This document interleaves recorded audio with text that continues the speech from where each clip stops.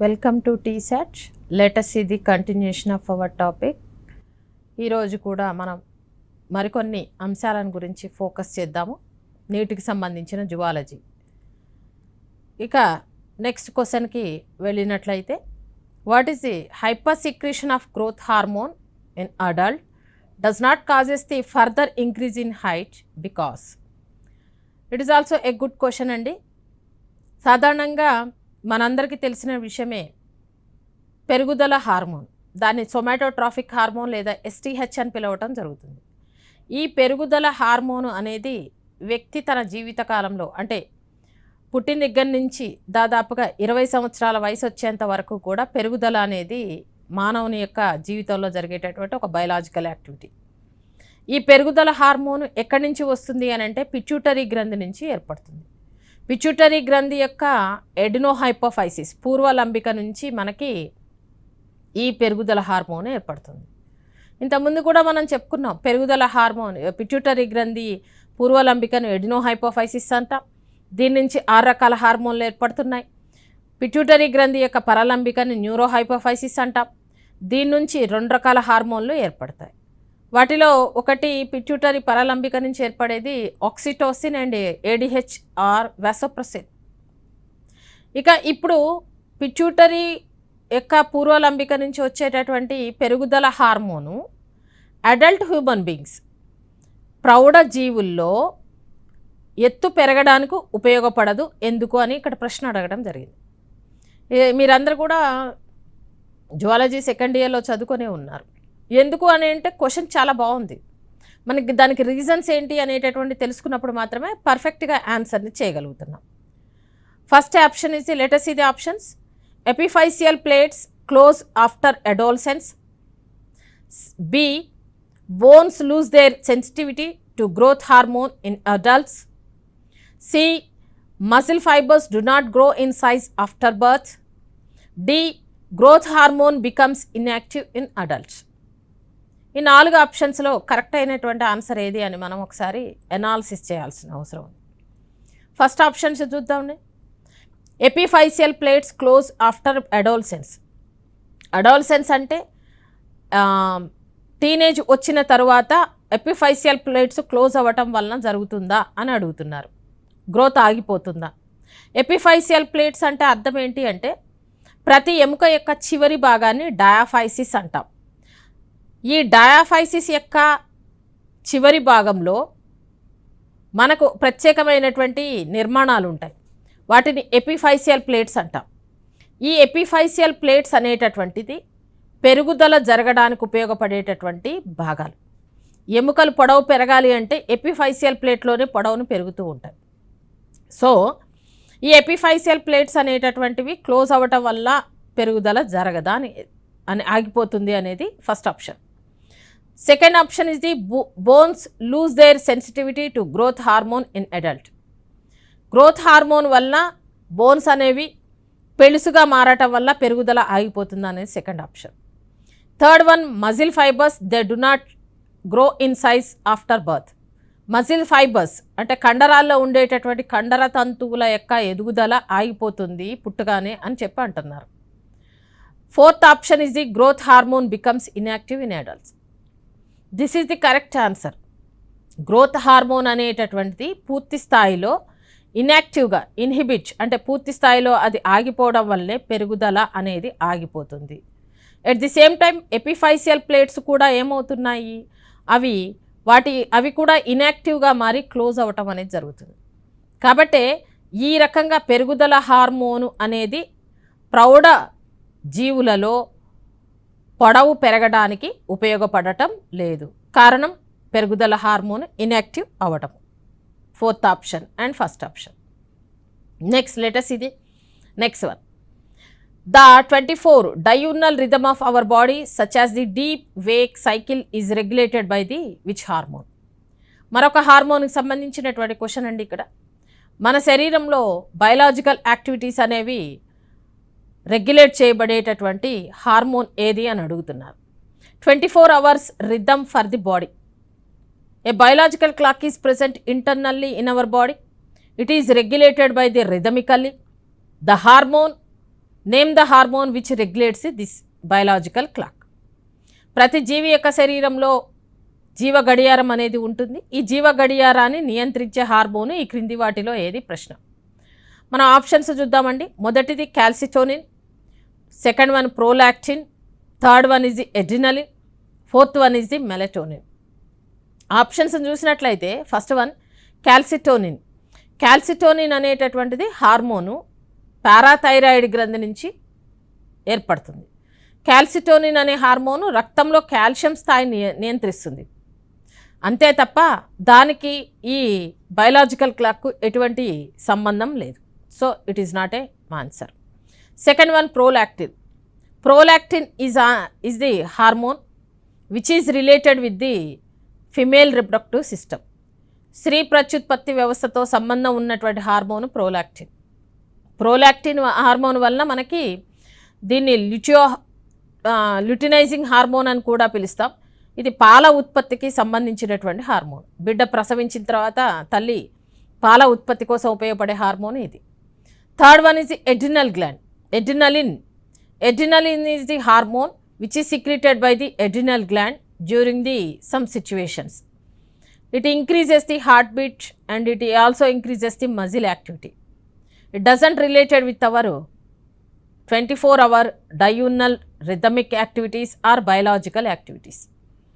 Fourth one is the melatonin. Melatonin is the hormone which regulates the diurnal rhythm of the body.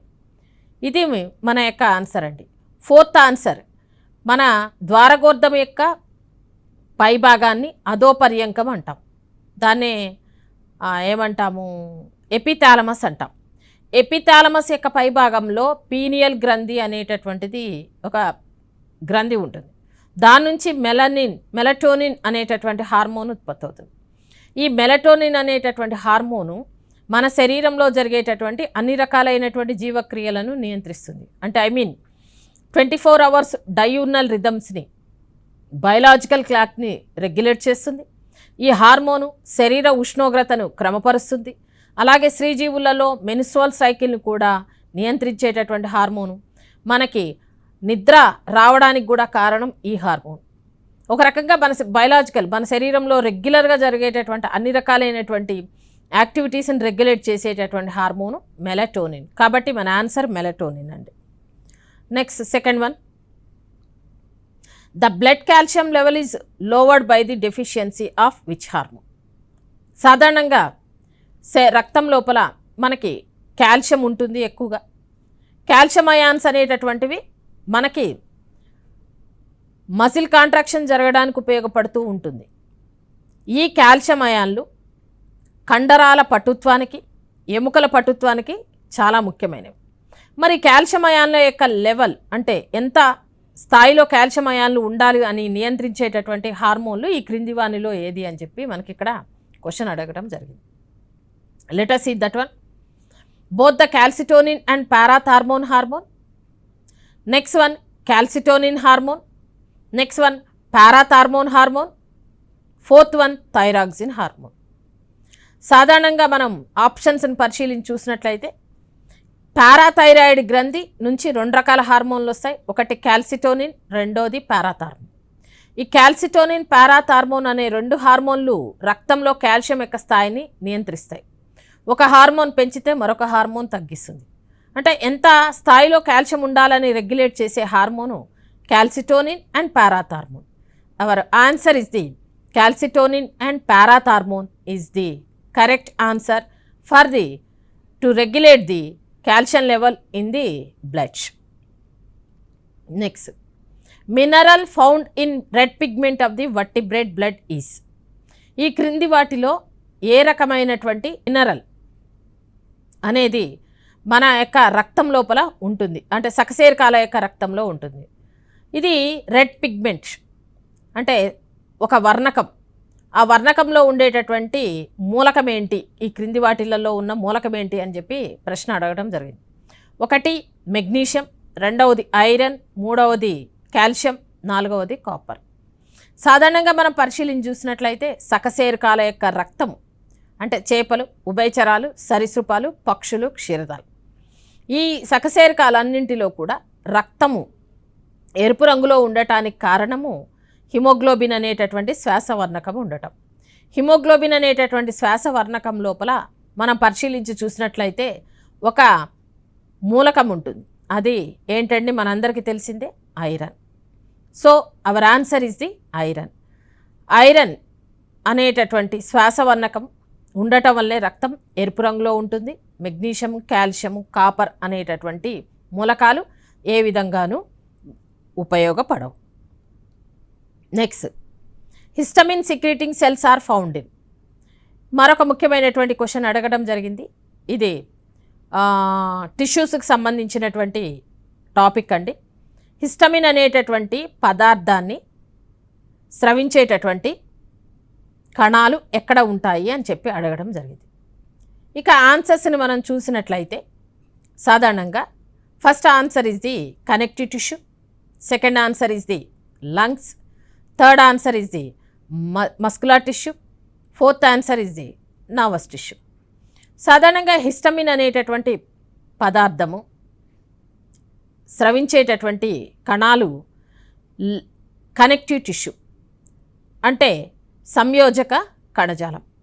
Lungs కానీ, muscular tissue కానీ, nervous tissue కానీ histamine అనేటటువంటి కణాలతో ఎటువంటి సంబంధాన్ని కలిగి ఉండవు.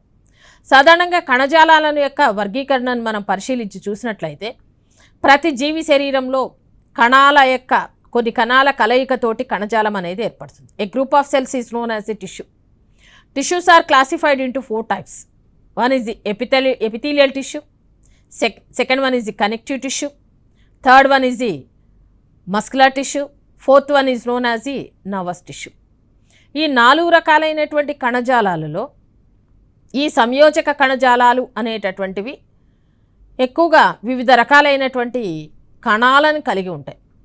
ఆ కణాలు mast cells, macrophages, plasma cells అని మొదలైనటువంటి వివిధ రకాలైనటువంటి కణాలను కలిగి ఉంటాయి. వాటిలో ఒక రకానికి చెందినటువంటి కణము మాస్ట్ సెల్. ఈ మాస్ట్ సెల్స్ అనేటటువంటి కణాలు సంయోజక కణజాలంలో ఉండి హిస్టమిన్, బ్రాడికిన్ అనేటటువంటి హెపారిన్ అనేటటువంటి పదార్థాలను విడుదల చేస్తూ ఉంటాయి. కాబట్టి ఇక్కడ ఆన్సరు మనకి histamine. Next, Haversian canals occurs in. ఈ పదాన్ని వింటే మీకు కొత్తగా అనిపించవచ్చు. హవర్షన్ కెనాల్ అనేవి ఎక్కడ ఉంటాయి అనేది క్వశ్చన్. హవర్షన్ కెనాల్ని మనం పరిగణించి చూసినట్లయితే సాధారణంగా దృఢమైనటువంటి ఎముకలు, అస్థి కణజాలం. అస్థి కణజాలం కూడా ఒక రకమైనటువంటి సంయోజక కణజాలం. ఈ అస్థి కణజాలంలో దృఢమైనటువంటి ఎముకలు యొక్క లోపలి తలంలో మనము హవర్షన్ వ్యవస్థ అనేది ఉంటుంది. హవర్షన్ వ్యవస్థలో కొన్ని ఆస్టియోసైట్లు మరియు దాని చుట్టూ లాక్యునే, దాని యొక్క మధ్య భాగంలో ఒక పొడవైనటువంటి కాలువ లేదా కెనాల్ ఉంటుంది. వీటన్నిటినీ కలిపి మనం హవర్షన్ వ్యవస్థ అంటాం. ఈ హవర్షన్ వ్యవస్థ ఎక్కడ కనపడుతుంది ఈ క్రింది వాటిలో అనేది క్వశ్చన్ ఇవ్వటం జరిగింది. ఇక్కడ మనం పరిశీలించి చూసినట్లయితే A is the humerus, B is the pubis, C is the scapula, D is the clavicle. ఇప్పుడే మనం చెప్పుకున్నాం హవర్షన్ వ్యవస్థ ఉండాలి అంటే ఖచ్చితంగా దృఢమైనటువంటి ఎముకలు అయి ఉండాలి. All the strong bones are having the Haversian systems. So in the Haversian system we can see the osteon. The Haversian canal along with the osteocytes and lacunae is known as the osteon. మరి ఎక్కడ ఉంటుంది? Humorous అంటే బలమైనటువంటి భుజాస్థి, pubis అంటే మనకు శ్రోడి మేకల్లో కనపడేటటువంటి ఒక ఎముక, స్కాపులా అదేవిధంగా క్లావికిల్. ఇవి ఉరోమేకల, శ్రోణి మేకల్లో కనపడేటటువంటి బలహీనమైనటువంటి ఎముకలు. సో దృఢమైనటువంటి ఎముకగా పరిగణించేటటువంటి హ్యూమరస్ లేదా భుజాస్థి లోపల మనకి ఈ హవర్షన్ కెనాల్ అనేటటువంటి నిర్మాణాలు కనపడటానికి అత్యధికంగా అవకాశం ఉన్నాయి. మన యొక్క answer humerus. An epithelial tissue which has the flat cells arranged edge to edge so as it to appear like closely packed tiles is found to be present edge. ఈ రకమైనటువంటి కణజాలము ఎక్కడ ఉంటుంది? క్వశ్చన్ చాలా వెరైటీగా ఉంది. ఏమన్నారు? Epithelial tissue. సాధారణంగా epithelial tissue అంటే ఉపకళా కణజాలం. ఈ ఉపకళా కణజాలంలో ఫ్లాట్గా ఉండే సెల్స్, అంటే బలపరుపుగా ఉండే కణాలు ఉన్నాయంట. ఎడ్జ్ టు ఎడ్జ్ అమర్చబడి ఉన్నాయి, ఒకదాని పక్కన ఒకటి ఫలకాలు టైల్స్ మాదిరిగా అమర్చబడి ఉన్నాయి, క్లోజ్లీ ప్యాక్డ్ టైల్స్. మరి ఇటువంటి కణజాలము ఎక్కడ ఉండటానికి అవకాశం ఉన్నది అని చెప్పి అడగటం జరిగింది. అంటే మనం ఇక్కడ గమనించాలి, ఈ రకమైనటువంటి కణజాలాన్ని అసలు ఏమంటాం? ఫలకాల మాదిరిగా అమర్చబడి ఒకదాని పక్కన ఒకటి అమర్చబడి ఒక బేస్మెంట్ మెంబ్రేన్ ఉన్నటువంటి కణజాలము అన్నీ మొదటి రకము కణజాలంగా పరిగణిస్తాం. దీన్ని సింపుల్ ఎపిథీలియల్ టిష్యూ అని పిలుస్తాం. ఈ సింపుల్ ఎపిథీలియల్ టిష్యూస్ అన్నీ కూడా ఎప్పుడు కూడా ఆర్గాన్స్ యొక్క ఎక్స్టర్నల్ ఏరియాస్ని కవర్ చేస్తూ ఉంటాయి. కుహరాల లోపల, అవయవాల వెలుపల వైపున ఎక్కువగా ఉండేటటువంటి కణజాలమే ఉపకళా కణజాలం, సింపుల్ ఎపిథీలియల్ టిష్యూ. ఆ తర్వాత మనకు వచ్చేది కనెక్టివ్ టిష్యూ, సంయోజక కణజాలం. సంయోజక కణజాలంలో కణాలు కొద్దిగా ఏమంటారు, దూరంగా అమర్చబడి ఉంటాయి. కణాల మధ్యలో మాత్రిక అనేది ఉండి ఒక రకంగా అది వదులు కణజాలం మాదిరిగా ఉంటుంది. సో ఇక్కడ మనం ఒక విషయాన్ని ఐడెంటిఫై చేయొచ్చు. ఎపిథీలియల్ టిష్యూ అనేటటువంటిది సాధారణంగా అవయవాల యొక్క లోపలి తలంలోనూ వెలుపలి తలంలోనూ ఉంటుంది అనేది ఒక ఐడియా మనకు వచ్చేసింది. సో ఇక్కడ మనకు ఆన్సర్ ఏదై ఉంటుందో ఒకసారి మనము చెక్ చేసుకుందాం. సాధారణంగా first option is the outer surface of ovary. Second option is the inner lining of the fallopian tube. Third option is the inner lining of the stomach. Next one, fourth option is the inner lining of the cheeks. వీటిలో ఎక్కడ simple epithelial tissue అనేటటువంటిది ఉంటుంది అనేది పరిశీలించుద్దాం. మొదటగా outer surface of the ovary. As we know that one, epithelial tissues covers on the outer surface and inner region of the organs. So outer surface of the ovary is also a answer for this one. Inner lining of the fallopian tubules. As we know that one, the fallopian tubules are internally lined up by the ciliated columnar epithelial tissue. Next one, inner lining of the stomach. Inner lining of the stomach is internally lined up by the non-ciliated columnar epithelial tissue. So B and C are the wrong answers. Next one, fourth option is the inner lining of the cheeks. The inner lining of the cheeks is the correct answer for our question. అంటే లోపల హాస్యకుహరం యొక్క లోపలి తలం లోపల, cheeks అంటే మీరు వేరేగా అనుకుంటారేమో, హాస్యకుహరం బక్కల క్యావిటీ లేదా హాస్యకుహరం యొక్క లోపలి తలము ఆవరించబడినటువంటి కణజాలాన్ని మనము ఎపిథీలియల్ టిష్యూగా పరిగణిస్తూ ఉన్నాం. కాబట్టి fourth one and first one is the correct answer for our question. Stratum germinativum is an example of the which kind of epithelium? Stratum germinativum అనేటటువంటిది ఏ రకానికి చెందినటువంటి ఎపిథీలియల్ టిష్యూగా పరిగణించబడుతూ ఉంది. ఈ రకమైనటువంటి కణజాలాన్ని ఈ క్రింది వాటిలో ఏ రకమైనటువంటి కణజాలంగా పరిగణిస్తాము? సో మనము ఆప్షన్స్ని పరిశీలించి చూసినట్లయితే కాలుమినార్ టిష్యూ అంటే స్తంభాకార ఉపకళా కణజాలమా, స్క్వామస్ టిష్యూ స్థరిత కణజాలమా, సి క్యూబాయిడల్ టిష్యూ ఘనాకార ఉపకళ, ఫోర్త్ వన్ సీలియేటెడ్ టిష్యూ శైలికామయ ఉపకళా కణజాలమా తెలుసుకోవాలి. స్ట్రాటమ్ జెర్మినేటం అనేటటువంటిది ఎక్స్టర్నల్ సర్ఫేస్ను ఆవరించి ఉండేటటువంటి ఎపిడర్మిస్ పైన ఉండేటటువంటి కణజాలపు పొరను మనం స్ట్రాటమ్ జెర్మినేటం అని పిలవటం జరుగుతుంది. కాబట్టి ఇక్కడ ఉండేటటువంటి కణజాలం ఏదై ఉంటుందో ఒకసారి ఆలోచిద్దాం. కాలుమినార్ ఎపిథీలియల్ టిష్యూ స్తంభాకార ఉపకళా కణజాలమా? కాదు, అవడానికి అవకాశం లేదు. స్క్వామస్ ఎపిథీలియల్ టిష్యూ నో, ఈ స్క్వామస్ ఎపిథీలియల్ టిష్యూ కూడా అవడానికి ఎక్కడా కూడా అవకాశం లేదు. మూడో option cuboidal epithelial tissue. Cuboidal epithelial tissue అంటే ఘనాకార ఉపకళా కణజాలం. ఘనాకార ఉపకళా కణజాలం స్ట్రాటమ్ జెర్మినేటంని ఏర్పరుస్తూ ఉంటుంది, ఎపిడర్మిస్ యొక్క భాగంలో ఉంటుంది. కాబట్టి correct answer is the cuboidal tissue. Fourth one ciliated. జనరల్గా సీలియేటెడ్ ఎపిథీలియల్ టిష్యూ ఇంతకుముందు ఉన్నటువంటి ప్రీవియస్ క్లాసెస్లో మనం చెప్పుకోవడం జరిగింది. ఓవరీలో ఉన్నటువంటి ఫాలోపియన్ ట్యూబ్యూల్స్లో, అలాగే మనకు బ్రాంక్యూల్స్ శ్వాస నాళికల లోపల ఈ రకమైనటువంటి కణజాలం ఉండి పదార్థాలను ఒక చోటు నుంచి మరొక చోటికి పంపించడానికి ఉపయోగపడేటటువంటి కణజాలంగా మనం దీనిని పరిగణిస్తూ ఉంటాం. So answer is the cuboidal epithelial tissue. Next, in mammals the histamine is secreted by the which cells? చాలా ఇంట్రెస్టింగ్ క్వశ్చన్ అండి ఇది. హిస్టమిన్ అనేటటువంటి పదార్థము ఏ కణాల నుంచి ఏర్పడుతుంది? ఈ క్రింది వాటిలో ఏ కణాల నుంచి ఏర్పడుతుంది అనేది question. A lymphocytes, B mast cells, C fibroblast cells, D histiocytes. వీటిలో ఒక్కొక్క దాని గురించి మనం పరిశీలించుద్దాం. సాధారణంగా లింఫోసైట్స్ మనం పరిశీలించి చూసినట్లయితే సాధారణంగా లింఫోసైట్స్ అనేటటువంటి రెండు రకాలుగా ఉంటాయి. ఒకటి టీ లింఫోసైట్లు, రెండవది బి లింఫోసైట్లు.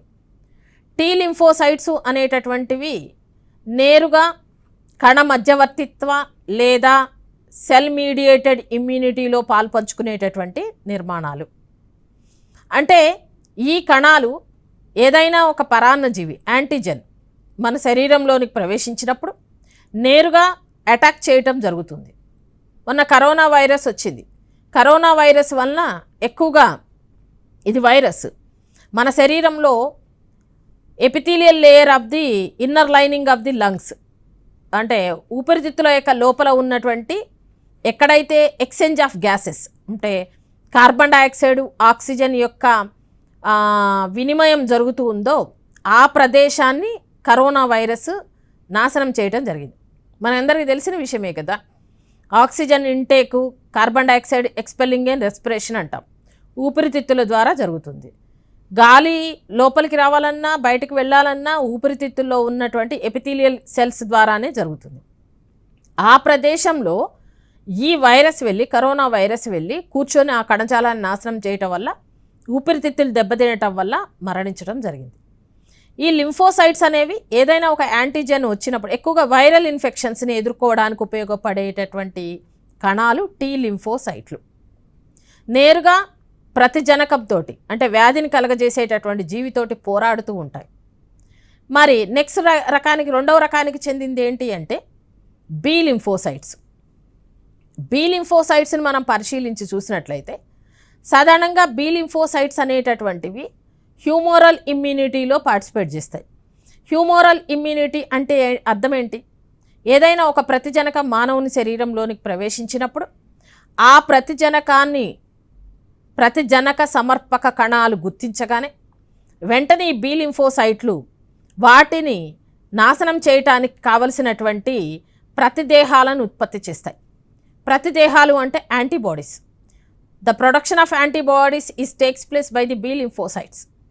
ఈ బి లింఫోసైట్స్ ద్వారా ఏర్పడినటువంటి ప్రతిదేహాలు మన శరీరంలోనికి వచ్చినటువంటి ప్రతిజనకాన్ని గుర్తించి వెంటనే వాటిని ఏమంటారు, డెస్ట్రాయ్ అంటే నాశనం చేయటం జరుగుతుంది. మరి ఈ విధంగా లింఫోసైట్స్ అనేటటువంటివి మనకు ఇమ్యూనిటీలో ఉపయోగపడుతూ ఉన్నాయి. వీటితో పాటుగా మోనోసైట్స్ కూడా ఉంటాయి. ఈ మోనోసైట్స్ అనేటటువంటివి కూడా వ్యాధి నిరోధక చర్యలలో పాలుపంచుకుంటాయి. ఎక్కువగా మోనోసైట్స్ అనేటటువంటివి ఏమంటాం, వాటిని ఫాగోసైట్స్గా పరిగణిస్తాం. ఫాగోసైట్స్ అంటే ఏదైనా ఒక ప్రతిజనకం వచ్చినప్పుడు ఆ ప్రతిజనకాన్ని ఎన్గల్ఫింగ్ అంటే దాన్ని తినివేయడానికి ప్రయత్నం చేసేటటువంటి కణాలు. కాబట్టి లింఫోసైట్స్ అనేటటువంటిది ఇక్కడ కరెక్ట్ ఆన్సర్ కాదండి. Second one mast cells. Mast cells అనేటటువంటి కణాలు సంయోజక కణజాలంలో మనకి 3 రకాల పదార్థాలను విడుదల చేస్తాయి. ఒకటి హిస్టమిన్, బ్రాడికిన్, దాంతోపాటుగా హెపారిన్ అనేటటువంటి పదార్థం. హెపారిన్ రక్తం లోపల రక్తం గడ్డగట్టకుండా ఉపయోగపడుతుంది. హిస్టమిన్, బ్రాడికిన్ ఇవి రెండు కూడా వాసోడైలేటర్స్గా ఉపయోగపడతాయి. వాసోడైలేటర్స్ అంటే అర్థం ఏంటండి అంటే రక్తకణ నాళాల విస్పారకాలు, which increases the enlarges the cavity of the blood vessels. కాబట్టి మనకి ఇక్కడ హిస్టమిన్ను స్రవించేటటువంటి కణాలు ఏంటి అంటే మాస్ట్ సెల్స్. ఫైబ్రోబ్లాస్ట్ సెల్స్ అంటే ఇవి ఒక రకమైనటువంటి తంతుయుత కణాలు. ఈ కణాలు ఎక్కడ ఎక్కువగా ఉంటాయి అని అంటే ఎడిపోస్ టిష్యూ, అంటే మనకు దాని ఏమంటారు కొవ్వు కణజాలంలో ఎక్కువగా ఉంటాయి. Histiocytes are located in the what is that one another organs of the body. So our answer is the mast cells. Let us see the continuation. Next one, tendon is made up of which type of tissue? Tendon అంటే ఏమిటి? ఇంతకుముందే చెప్పుకున్నాం మనం. Tendon అంటే ఒక అస్థి కండరాన్ని ఎముకకు అతికిచ్చేదాన్ని tendon అంటాం. Ligament అంటే రెండు ఎముకలను ఒకదానితో ఒకటి అతికిచ్చేదాన్ని లిగమెంట్ అని పిలుస్తాం. ఈ టెండాన్ ఏ రకమైనటువంటి కణజాలం అని ఇక్కడ ఆప్షన్స్లో ఇవ్వటం జరిగింది. A yellow mucous connective tissue, B modified white fibrous tissue, C areolar tissue, D adipose tissue. సాధారణంగా మనం టెండాన్ గురించి పరిశీలించి చూసినట్లయితే it is a fibrous tissue. ఈ ఫైబ్రస్ టిష్యూ అనేటటువంటిదే టెండాన్గా పరిగణిస్తూ ఉన్నాం. కాబట్టి our answer is the white fibrous tissue is known as the tendon. Areolar కణజాలం option C, D adipose tissue క్రొవ్వు కణజాలం. ఇవి రెండు కూడా ఆప్షన్స్ సరైనవి కావు. Next very interesting topic one, ligament is an. Ligament అంటే ఏమిటి? Let us see the our options. Elastic white fibrous tissue, modified white fibrous tissue, C modified yellow elastic fibrous tissue, D none of the above. ఇంతకుముందే మనం tendon గురించి మాట్లాడుకున్నాము. Tendon తర్వాత tendon అంటేనేమో కండరాన్ని ఎముక కతికిచ్చేదాన్ని tendon అని పిలుస్తాం. లిగమెంట్ అంటే ఎముకను ఎముకతో అతికించేటటువంటి సంయోజక కణజాలాన్ని లిగమెంట్ అని పిలుస్తాం. అన్ని జాయింట్స్ దగ్గర మనకి లిగమెంట్స్ కనపడతాయి. ఈ లిగమెంట్ అనేటటువంటిది పూర్తి స్థాయిలో ఎలాస్టిసిటీని కలిగి ఉంటుంది. ఈ లిగమెంటు దేనితోటి ఏర్పడినటువంటి నిర్మాణంగా చెప్తున్నాం. సాధారణంగా లిగమెంట్ అనేటటువంటిది వైట్ ఫైబ్రస్ టిష్యూ తోటి ఏర్పడింది. కాబట్టి option is the B. Next one, let us see the next one. Which of the following is not a connective tissue? ఈ క్రింది వాటిలో సంయోజక కణజాలము కానిది ఏంటి? చాలా బాగుంది క్వశ్చన్. మనం సాధారణంగా సంయోజక కణజాలం గురించి చాలా డీటెయిల్గా మాట్లాడుకొని ఉన్నాము. ఇవి ఇచ్చినటువంటి ఆప్షన్స్లో సంయోజక కణజాలం కానిది ఏ రకమైన ఈ క్రింది వాటిలో ఏది కాదు. First option is the blood, second one is the adipose tissue, third one is the cartilage, fourth one is the neuroglia. ఇక్కడ చూసినట్లయితే ఆప్షన్స్ నేను ఒకసారి డి నుంచి వస్తా. న్యూరోగ్లియా అంటే నాడీ కణజాలం. సాధారణంగా నాడీ కణజాలానికి సంబంధించినటువంటి నిర్మాణాన్నిగా మనం న్యూరోగ్లియాను చెప్పడం జరుగుతుంది. Third one is the cartilage is also one type of connective tissue. Second one is the adipose tissue. Adipose కణజాలము అత్యధికంగా ఎడిపోసైట్స్ ఉండేటటువంటి కణజాలాన్ని ఎడిపోస్ టిష్యూ అంటాం. ఈ ఎడిపోస్ కణజాలము కూడా ఒక రకమైనకి చెందినటువంటి connective tissue. First one is the blood is also one type of fluid connective tissue. So first 3 options కూడా కనెక్టివ్ టిష్యూసే. కాబట్టి కనెక్టివ్ టిష్యూ తోటి సంబంధం లేని టిష్యూ ఏంటి అంటే neuroglia. During an injury nasal septum gets damaged and for its recovery which cartilage is preferred. ఒక injury వలన నాసల్ సెప్టమ్ దెబ్బతిందంట. మరి ఈ నాసల్ సెప్టమ్ దెబ్బతిన్నప్పుడు దీన్ని రికవరీ చేసేటటువంటి అంటే దీన్ని ఏమంటారు హీలింగ్ చేసేటటువంటి కార్టిలేజ్ అక్కడ ఏ రకమైన కార్టిలేజ్ ఉంటుంది మృదులాస్థి అని చెప్పి అడగడం జరిగింది. ఏ రకమైనటువంటి కార్టిలేజ్ ఉంటుంది అనే దానికి మనకి ఆన్సర్స్ ఇవ్వడం జరిగింది. One is the elastic tissue, elastic cartilage. Second one is the hyaline cartilage. Third one is the calcified cartilage. Fourth one is the fibrous cartilage. మనకు తెలుసు మృదులాస్థి 3 రకాలు. ఒకటి hyaline cartilage, second one is the elastic cartilage, మూడవది fibrous cartilage. మరి nasal septum అనేటటువంటిది దేనితోటి ఏర్పడింది? Nasal septum is made up of hyaline cartilage. You should remember the nasal septum is always made up of hyaline cartilage. Nasal septum అంటే నాసికా విభాజకము hyaline cartilage అనేటటువంటి మృదులాస్థితోటి ఏర్పడింది. కాబట్టి our answer is the B is the our answer. Okay, next one, areolar connective tissues joints. Areolar connective tissue అనేటటువంటిది దేన్ని కలుపుతుంది? A is the bones with bones, B fatty body with muscles, C integument with muscles, D bones with muscles. చాలా బాగుంది question, confuse చేయడానికి అవకాశం ఉంది. మనందరికీ తెలుసు టెండాన్ అంటే మజిల్ని బోన్కి కలిపేదాన్ని టెండాన్ అన్నాం.